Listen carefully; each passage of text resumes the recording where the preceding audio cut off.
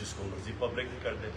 ہمارا صرف مسئلہ یہ ہے کہ ہم ایک کسی سازش کے تحت جو اتنا واضح سازش ہوئی ہے پاکستان کے اوپر، جس کے اوپر ہم نے سپریم کورٹ کے چیف جسٹس کو بھی پاکستان کے پریزیڈنٹ نے وہ مراسلہ بھیجا ہوا ہے جس پہ سازش واضح ہے. ہم صرف یہ کہہ رہے ہیں کہ ہم کسی امپورٹڈ باہر سے کسی حکومت کو اوپر نہیں دیکھنا چاہتے، کیونکہ ایک آزاد ملک ہے. لوگ ہمارے بڑوں نے آزادی کی پوری تحریک میں شامل ہو کے آزاد کیا تھا. جو بھی قوم جس کو ووٹ دینا چاہتی ہے بسم اللہ. ہم تو صرف یہ نہیں چاہتے کہ کوئی ہمارے اوپر امپوز کیا جائے. باقی یہ جو ساری آپ نے باتیں کی ہیں مجھے تو اس کی سمجھ نہیں آ رہی کہ کی بورڈ واریئرز اور یہ اور وہ. آپ کو پتہ ہے کہ سوشل میڈیا کو آج تک کوئی کنٹرول نہیں کر سکا.